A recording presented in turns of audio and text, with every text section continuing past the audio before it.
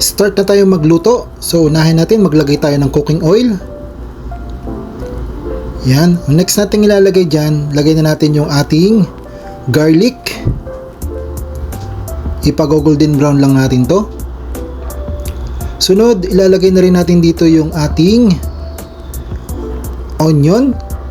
Yan, lagay na natin dyan para ma-saute na rin po yung ating naunang ingredients sa ating gagawing bagong recipe for today. Simpleng ulam pero napakasarap.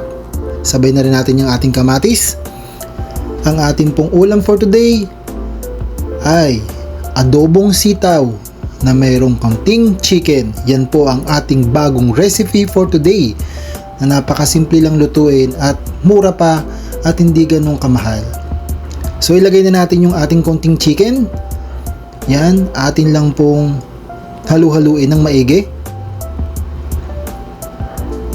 Yan po yung ating inuna natin sa ating pagluluto kasi medyo matigas yung ating chicken.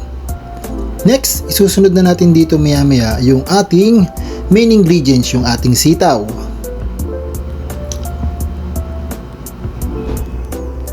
Yan, ilagay na natin yung ating sitaw. Isasabay na natin yung maluto dito sa ating chicken para na sa ganun hindi siya ganun katigas. Yan, halu-haluin lang po natin.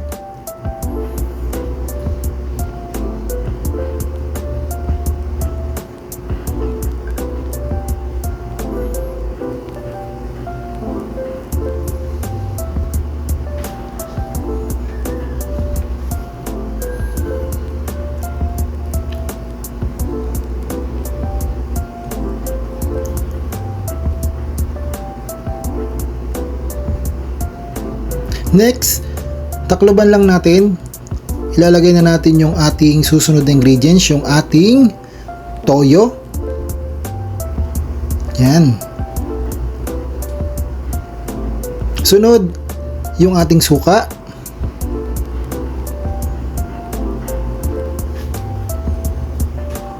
Then yung ating paminta. At saka yung ating oyster sauce.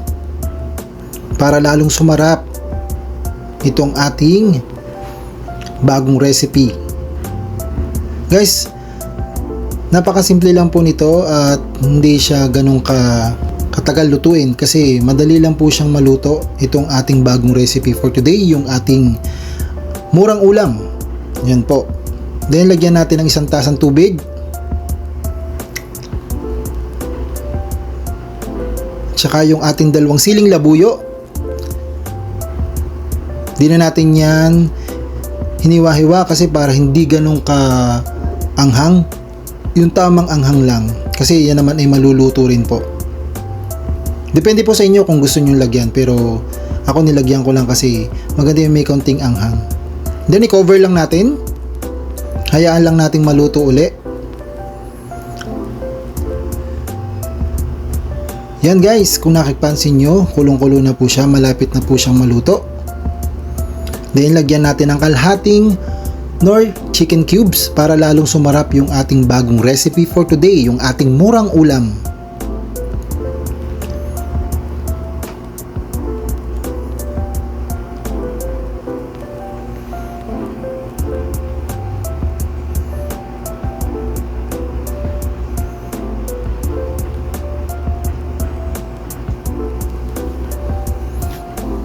Nga pala guys, maraming salamat po sa inyo, sa inyong suporta at lalong-lalo na sa panonood niyo dito sa aking mga ina-upload na video. Thank you po, maraming po salamat at stay safe po lagi.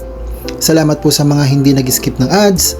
Yan, lagyan natin ng konting sugar para magkaroon naman ng twist yung ating gagawing murang ulam na adobong sitaw para medyo may lamis-lamis ng konti. Yan, halu-haluin lang. Malapit na po siyang maluto guys. Mega shoutout po sa inyong lahat, lalo na po sa ating mga silent viewers at sa ating mga mababait na YouTube friend at sa ating mga masusugid na subscriber. Thank you very much po sa inyong support at higit sa lahat, sana magkaroon tayo ng revenue dito sa ating mga na-upload. Thank you po sa mga hindi nag-skip ng ads. Maraming salamat po. So yan guys, ready na po ito. Malapit na po siyang lutong-luto na po at ready to serve na po ito. Yan po yung ating bagong recipe for today. Yan guys, ready na po. Maraming salamat po sa inyong panunood. Sana po nagustuhan nyo to yung ating bagong recipe na na-share ko sa inyo, yung ating murang ulam. Salamat po. Tara, kain tayo.